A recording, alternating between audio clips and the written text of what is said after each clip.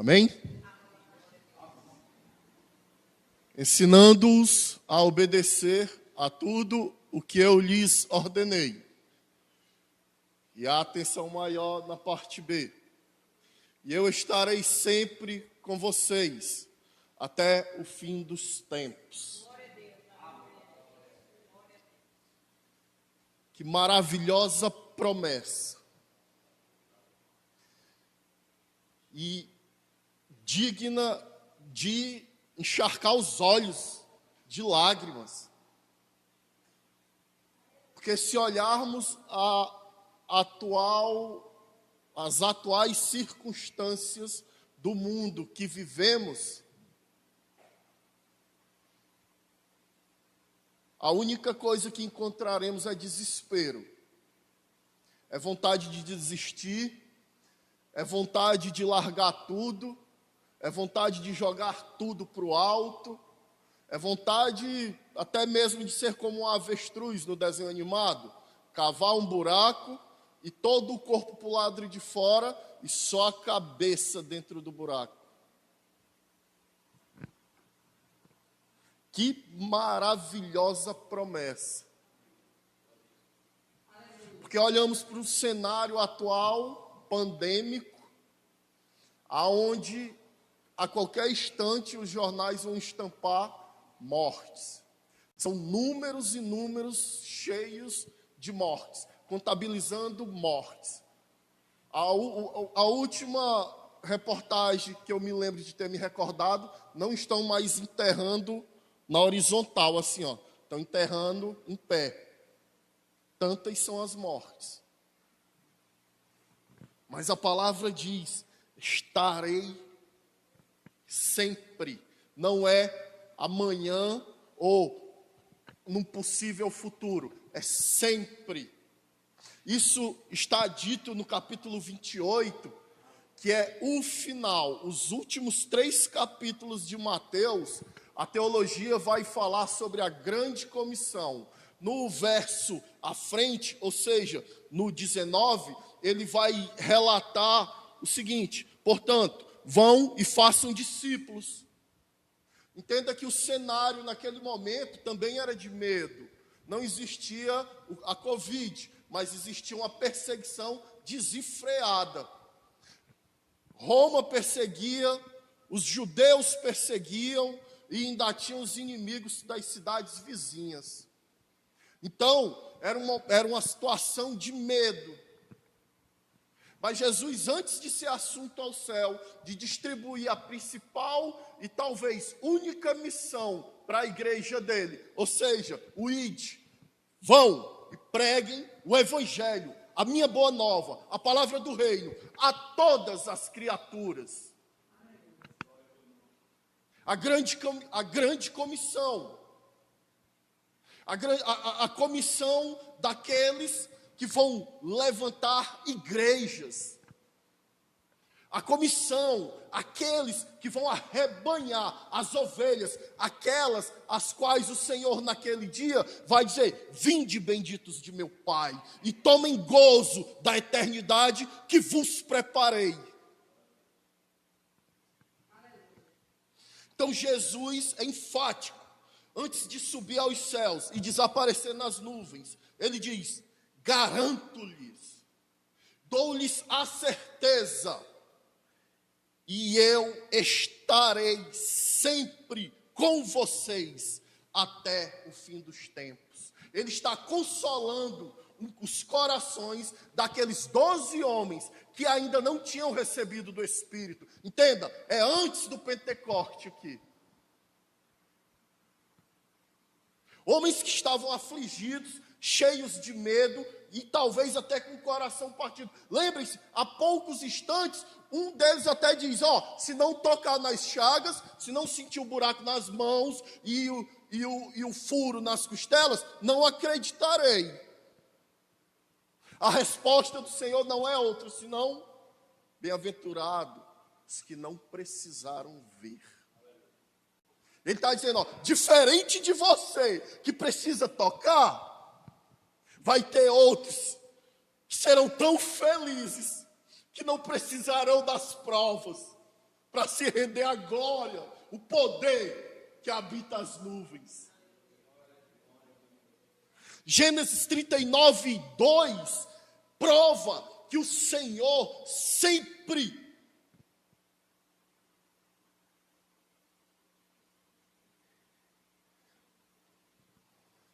cumpriu essa promessa. Nós estamos falando lá no início, lá na Gênesis, lá na criação. Jesus fala isso pelo menos 2000 anos depois. E 2000 anos antes, o Senhor estava com José. De modo que este prosperou e passa a morar na casa do Senhor egípcio. Ei, meu irmão, a situação de doença, do desemprego, do filho que está perdido,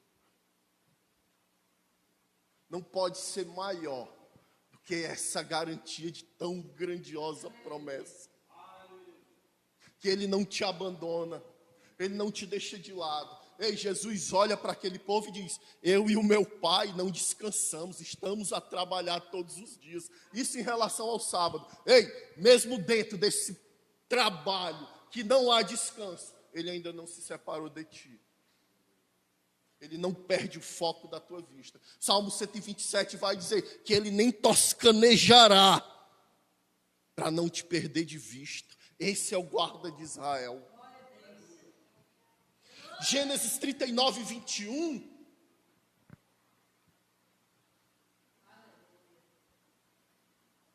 Ele diz: mas o Senhor estava com ele e o tratou com bondade. Ele só não se faz presente na nossa vida, mas existe um cuidado, um tratamento, existe um direcionamento. Ei, todas as vezes que o mundo perguntar, e a tua consciência, querendo assim, muito sutilmente, diminuir, te tirar da tua percepção, que o ser humano nunca teve essa tal de consciência, senão o Espírito te dizendo, é por aqui. A consciência é papo furado da psicologia. A consciência são as mentiras filosóficas.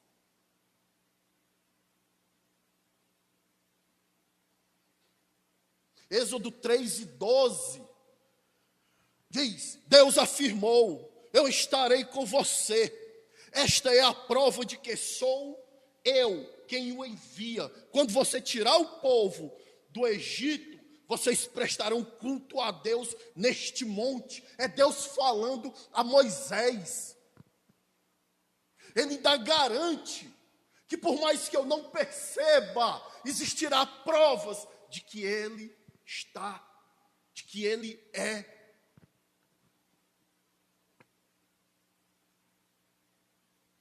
Mas também existe uma conduta. E essa conduta é conosco. Deuteronômio 5:32. Por isso, tenham o cuidado de fazer tudo como o Senhor, o seu Deus, lhes ordenou. Porque aqui, meu irmão, muitas das vezes, o Evangelho vai falar de dois filhos. E um chega para o pai e diz: pai, dai-me a minha parte que me cabe da herança. O que aquele filho está dizendo é assim: desejo que tu morra. E o outro filho, ele, quando vê o que saiu e perdeu tudo, voltar, e o pai festejar, porque a consciência do pai é: meu filho estava morto e agora vive. A atitude do filho é se entristecer com o filho que agora vive. Então a gente está olhando para os dois lados da cultura de Israel. Os publicanos os fariseus, os donos da verdade, os conhecedores da lei, é o filho mais velho, é aquele que cumpre, mesmo de mau gosto, mesmo sem vontade, mas é cumpridor. Ele não abandonou o pai, ele diz: pai, eu passei a vida todinha na enxada contigo, me esforçando e nunca tive o direito de assar um cordeiro. Teu filho vem, gasta da metade que tu tem e tu ainda festeja. E o outro são os pecadores, são aqueles que são alargados. Eu peco mesmo. São os dois lados daquela cultura. O que o texto está dizendo, não se desvie nem para a esquerda e nem para a direita, que muitas das vezes eu vou ser o legalista. Eu peco e nem percebo o meu pecado. Mas eu aponto, eu não tiro a trave do meu olho, eu não tiro o algueiro do meu olho, mas continuo acusando. Desviar para a direita, e de repente eu abro mão, numa situação de medo. O Senhor me abandonou mesmo, se esqueceu de mim, é o deísmo aberto, né? O Senhor criou o mundo, mas está tomando água de coco lá em Plutão, porque Ele deixou a gente aqui para governar mesmo, então eu vou fazer do jeito que eu quiser. Mas o conselho é, não se desvie. Guarde no seu coração, se lembram? Talhe nas tábuas do teu coração, para não pecar contra mim. Continue numa linha reta, é para caminhar em cima de uma gilete, sem se desviar, nem para a esquerda e nem para a direita. O conselho é esse, a direção é essa. Então, o Senhor diz, não se desvie nem para a direita e nem para a esquerda. Josué 1:5.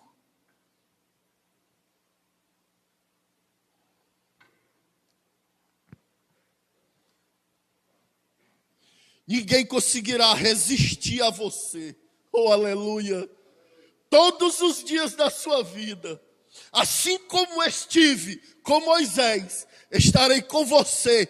Nunca o deixarei. Nunca o deixarei. Nunca o deixarei. E a igreja continua perdendo a oportunidade de dizer amém. Moisés está afligido e com medo, ele é um jovem. Josué, desculpa. Mas o Senhor diz, se lembra do que aconteceu com teu tio? Percebeu tudo que eu movi através da vida dele? Ei, vai se repetir. Só que agora é contigo.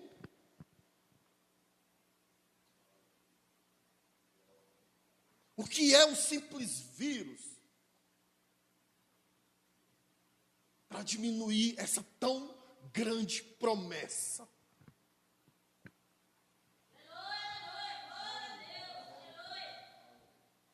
Salmo 46:11.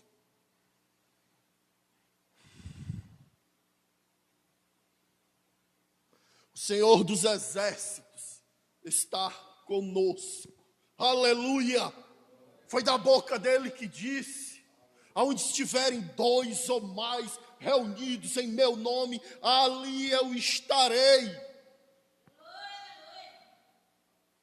Percebam que não, em nenhuma dessas afirmativas existe o se. E o se dá a expectativa da dúvida.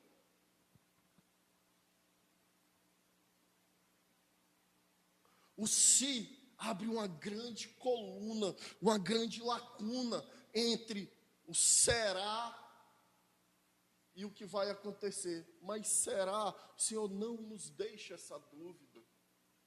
Pelo contrário, são garantias, é uma total certeza. O Senhor dos exércitos está conosco. A relação de Davi com a batalha, com a guerra.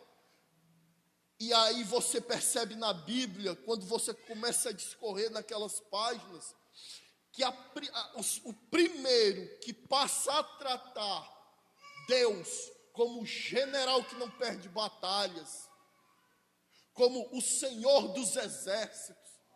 Perceba que todas as vezes que Israel se colocou numa peleja. Se o Senhor não tiver à frente, ele perde. Ele ganha Jericó, comete o pecado, ele vai de frente para o pequeno e minúsculo, ridículo exército de Ai. Em sequência, ganha Jericó. Quando ele vai enfrentar Ai, o Senhor sai da frente do exército. Eles perdem. Que se não for o Senhor dos exércitos na frente, Davi tinha garantia completa nisso. Os estudiosos vão dizer que ele era tão habilidoso na batalha que os inimigos, volta e meia, perdiam a capacidade de enxergar ele no meio do combate, tão veloz e habilidoso com a espada. Sansão passa a pecar e a desagradar a Deus quando ele sai da vida daquele homem. Não é porque cortaram os cabelos dele, o cabelo é só um símbolo.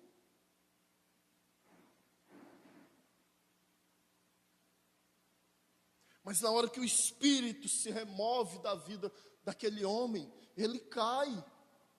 Talvez ele até fosse realmente grande, forte, gigantão, igual como é tratado aí nos filmes.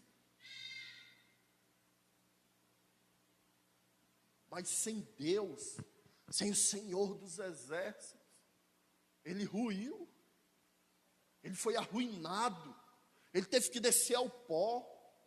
E para voltar de novo, sabe o que foi? Ele teve que se colocar no lugar dele. Ele teve que perceber que teve um desvio, ou para a esquerda ou para a direita. E é difícil, gente. Quando a palavra diz, cuide que não cai, aquele que está de pé, cuide que não caia.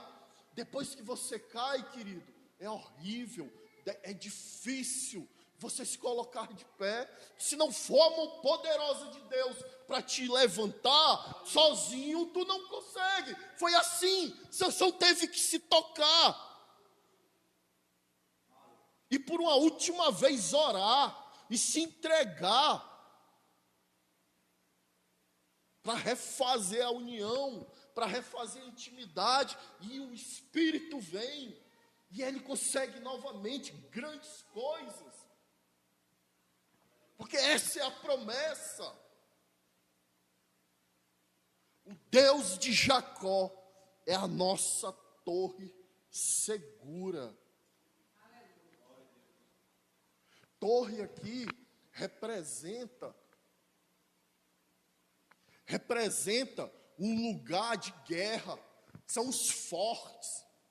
A nossa cidade tem o nome de Fortaleza, porque na entrada por onde os portugueses chegaram, eles criaram um forte. E dali eles ficavam de vigia para quando as outras embarcações chegassem. O escritor, o salmista está dizendo que o Senhor é essa torre forte. Só que nele eu não preciso estar preocupado.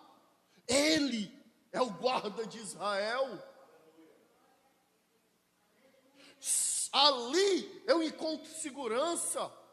Salmo 91 diz que aquele que habita o esconderijo do Altíssimo, debaixo das suas asas, descansará. É uma sombra.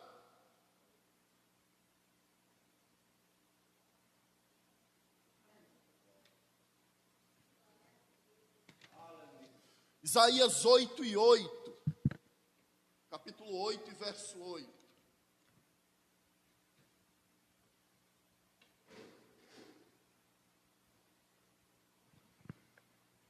E inundarão Judá, e cobrindo-o até o pescoço, seus braços abertos se espalharão por toda a tua terra. Ó Emanuel, Emanuel,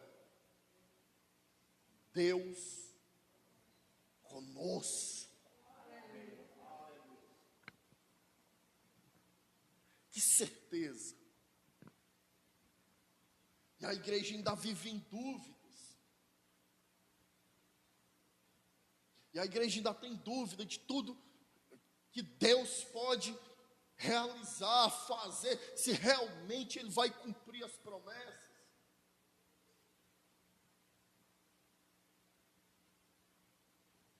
O que é a situação econômica diante do que Deus pode fazer? Porque no tempo dos juízes, a gente vai ver a história de Gideão, até o trigo, ele tinha que tentar moer no lagar. Olha que situação horrível. Lagar não é lugar de trabalhar o milho. Lagar é lugar de moer as uvas. O milho a gente trata no moinho. E naquele momento, a palavra vai dizer que os amalequitas eram como enxames de gafanhotos. Ele está refugiado dentro de cavernas, escondido, com medo. O anjo desce, dá a mensagem, diz que o povo vai ser salvo, e ele vai ser o cabeça, ele é o juiz. A desconfiança, a descredibilidade dessa promessa é tão grande na vida daquele homem, que a resposta dele não é outra senão: eu sou menor da casa do meu pai, não tem condição de se realizar na minha vida, não dá, não. Acho que o senhor se enganou de endereço. Não, acho que é o vizinho ali. E o anjo continua. Pede uma prova, então. E aí ele vai, tem um novelo ali, e aí tem uma lã. Faz o orvalho cair. Mas não molha a lã, não. Molha só a terra do lado. No outro dia, se fez. Mas não, foi coincidência, não é? Não, vamos ver se cai, né? Vamos ver se atinge o raio, o mesmo lugar duas vezes. Não, agora faz diferente. Molha só a lã, deixa a terra enxuta. O que a gente vai inventar ainda para tentar ter essa prova de Deus? Será que a palavra por si só não é suficiente? Ela não é motivo de nos alegrar, ela não é motivo de nos fazer caminhar. Ei, minhas ideias serem transformadas, a minha visão ser mudada. O que foi que a filosofia fez com as nossas vidas? Que eu só consigo ser um filósofo. Porque se a gente for olhar os pré-socráticos, a filosofia clássica, a filosofia política, toda ela é uma visão e um pensamento negativista. Não tem uma teoria sequer positivista. E assim é a igreja do século XXI. Se assusta com coisinhas, com bobagens, sonhos ridículos. Porque eu tentei a primeira vez a prova do concurso e não consegui, eu desisto. Porque eu não passei no vestibular no Enem desse ano, eu não tento mais ano que vem, porque também eu não consigo.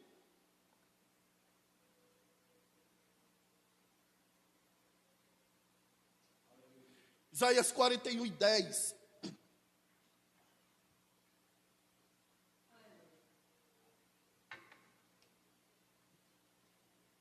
Por isso, não temam, pois estou com vocês. Glória a Deus. Não tenham medo.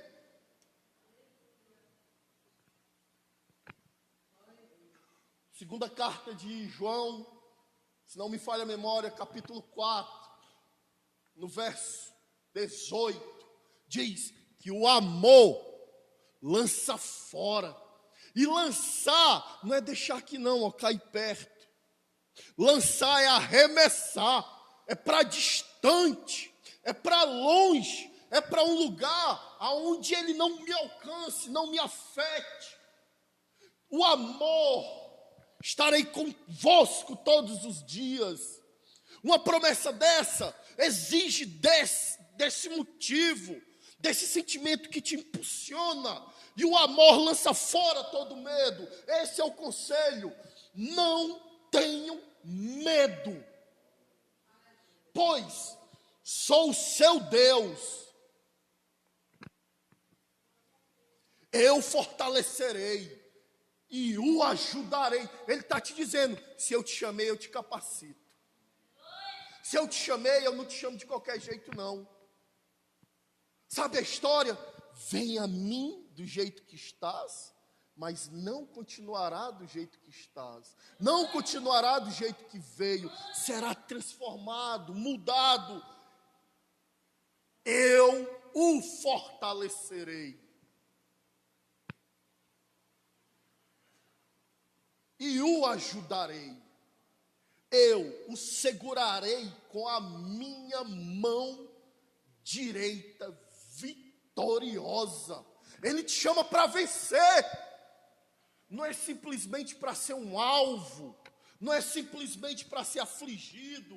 Ei, nenhum de nós aqui fomos chamados até esse lugar só para ser telespectador de alguma coisa. Ei, meu irmão, existe uma promessa na sua vida, existe um chamado para cada um de nós. Ei, o Senhor te usa de um jeito diferente. Ei, tu pode não gritar feito eu, não pode ser um maluco feito eu, mas tu tem qualidades que foi o Senhor que te deu.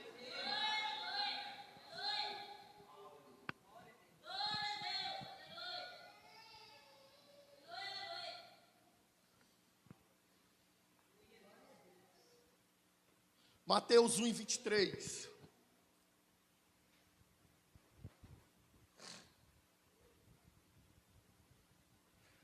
A virgem ficará grávida e dará à luz um filho, e lhe chamarão Emanuel, que significa Deus conosco. Deus que não abre a mão da noiva. Deus que fez uma promessa de adornar a noiva.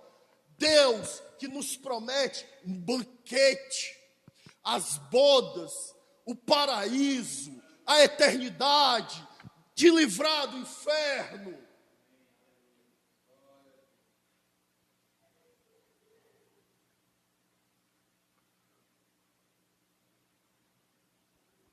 No jardim, foi assim. Ao findar do dia, no cair da tarde. Meu irmão, que viagem, cara. Senhor descer, te tocar no ombro. E aí, vamos trocar uma ideia. E aí, como é que foi hoje o dia? Ei, ele e Abraão, sentados, ceiando, tomando um café, um suco, sei lá, e dizendo, meu amigo.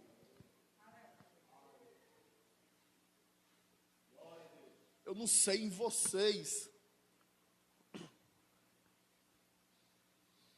mas às vezes eu fico olhando, não é? E aí, eu fico olhando, vixe, eu sou um maluco, né? Que gritaria. Mas eu não consigo me conter. Porque isso inflama dentro de mim. E o pior de tudo, eu sou um pecador. Talvez, assim, eu quero usar as palavras de Paulo. Talvez o maior de todos. Ó miserável homem que sou. E mesmo assim, me alegrar e dizer, quão grande promessa é essa?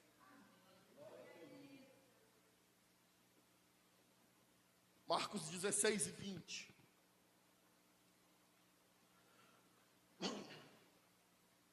Então, os discípulos saíram e pregaram. Também depois de uma dessa, né? Ainda te ficasse com medo. Então os discípulos saíram e pregaram por toda a parte. E o Senhor cooperava com eles. confirmando-lhes a palavra com os sinais que a acompanhavam. Há uma confirmação. Hoje eu fui no Cometa, e aí eu estava na fila ali, lá dentro do supermercado, e chegou um irmão. E aí ele começou a pregar para mim. E aí ele sentou o verbo, ó. Eu acho que ele passou uns 40 minutos pregando e eu aqui parado, só olhando, glória, né? Graças a Deus. E ele sentou o verbo, eu, Senhor, eu estou precisando mesmo, fala, vai.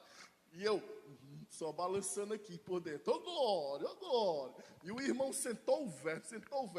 No final, ele falou sobre o Evangelho de João, no capítulo 14, no verso 22. E aí ele quis citar o versículo e esqueceu. E aí Evangelho de João 14, 22, ele, Pai do Senhor, meu irmão, glória a Deus. Confirmando. O Senhor vai fazendo através das nossas vidas. E em seguida ele vai confirmando. Está dando certo. O caminho é esse. Glorifica o meu nome.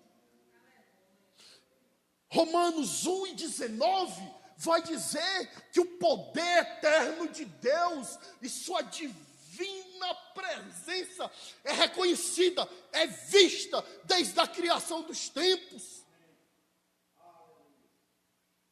Como que a igreja vai dizer que não consegue? Pois o que de Deus se pode conhecer é manifesto entre eles, porque Deus lhes manifestou. À frente, irmão. Pois, desde a criação do mundo, os atributos invisíveis de Deus, seu eterno poder e sua natureza divina, têm sido vistas claramente. Claramente. É para qualquer um ver. Não tem interpretação. Eu não preciso de um estudioso. Está claramente às vistas, sendo compreendidos por meio das coisas criadas.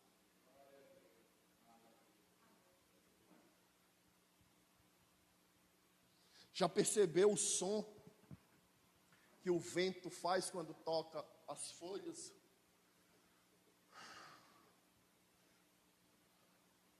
É maravilhoso, né, ver o Rafinha tocando.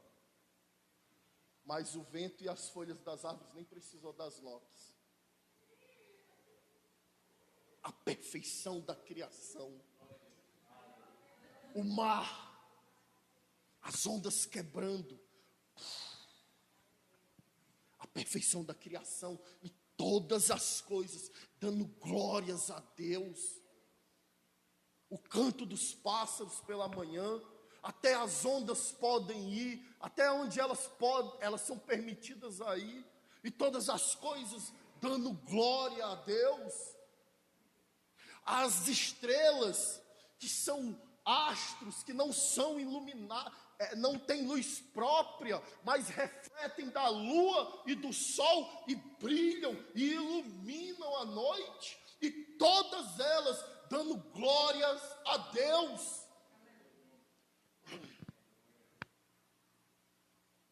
Forma que tais, aqui já vai para outro entendimento. Mas tudo isso são promessas espirituais. O Senhor está aqui, mas por ora Ele não é palpável e nem visível. E quando você se levantar daqui depois do último amém, e for para a tua casa, e Ele continua sendo teu acompanhante, e Ele continua sendo o maestro da tua vida, e mesmo assim, tu não vai poder vê-lo e nem tocá-lo, porque isso ainda são promessas espirituais, é para alimentar e motivar o meu espírito. Apocalipse 19:11.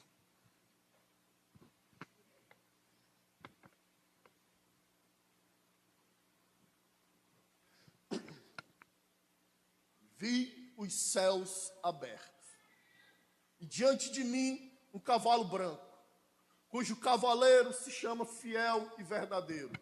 Ele julga e guerreia com justiça. À frente. Seus olhos são como chamas de fogo, e em sua cabeça há muitas coroas, e um nome que só ele conhece, e ninguém mais. À frente. Está vestido com um manto tingido de sangue, e o seu nome é Palavra de Deus. Os exércitos dos céus o seguiam, vestidos de linho fino, branco e puro, e montados em cavalos brancos. De sua boca sai uma espada afiada, com a qual ferirá as nações. Ele as governará com o cetro de ferro. Ele pisa o lagar do vinho, do furor, da ira do Deus Todo-Poderoso. Em seu manto e em sua coxa está escrito este nome: Rei dos Reis e Senhor dos Senhores. No capítulo 1 de Apocalipse vai dizer: e aquele que há de vir, certamente virá. Aqui agora, diferente de tudo que a gente já viu, isso aqui é material, vai ser visível, vai ser tocado. Ele vai voltar e vai buscar a igreja, nós.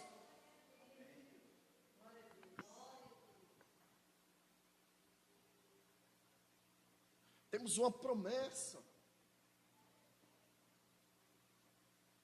Porque a igreja se deixa manusear apenas pela prosperidade.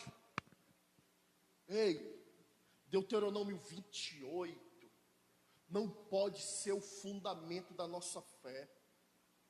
Se lembram de Deuteronômio 28? E os seus cestos serão cheios, transbordarão, e os seus celeiros, tu serás abençoado no campo e na cidade. Isso não pode aquecer nosso coração. É por isso que a igreja se perde.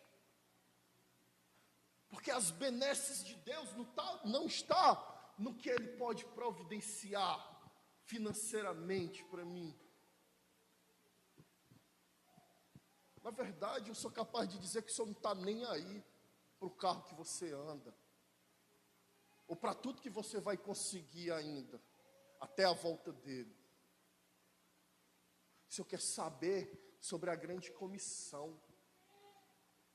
Como que você está pregando a palavra?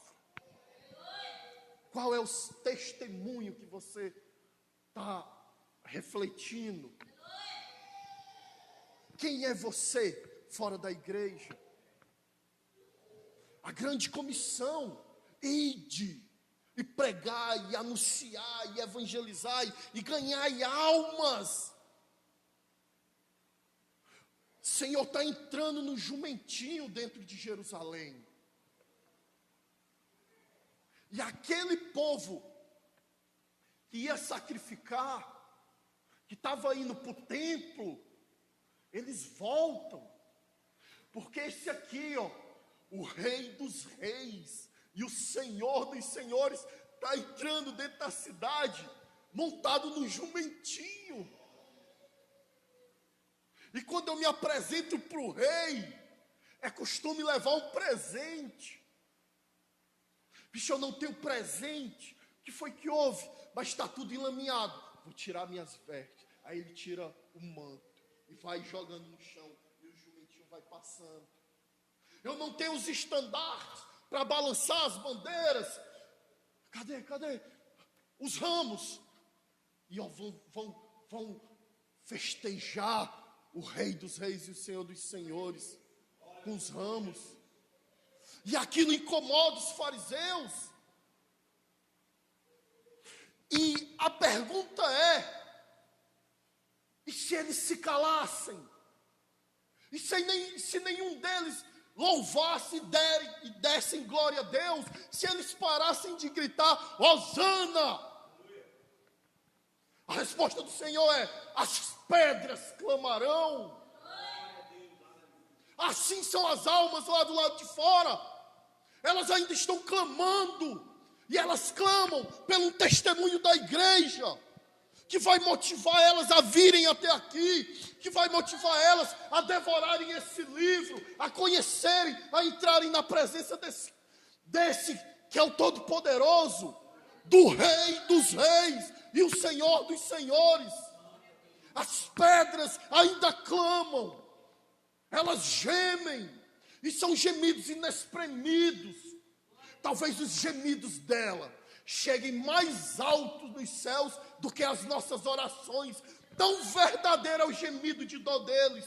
E a igreja está sentada, acomodada, sem prestar um testemunho, sem ser testemunho.